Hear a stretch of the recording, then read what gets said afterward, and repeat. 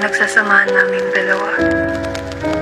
Now, you still do the things we used to do, but with someone else, someone prettier, someone new. Bakit tumigil? Bakit ka nawala ng bigla? Why aren't we meant to be?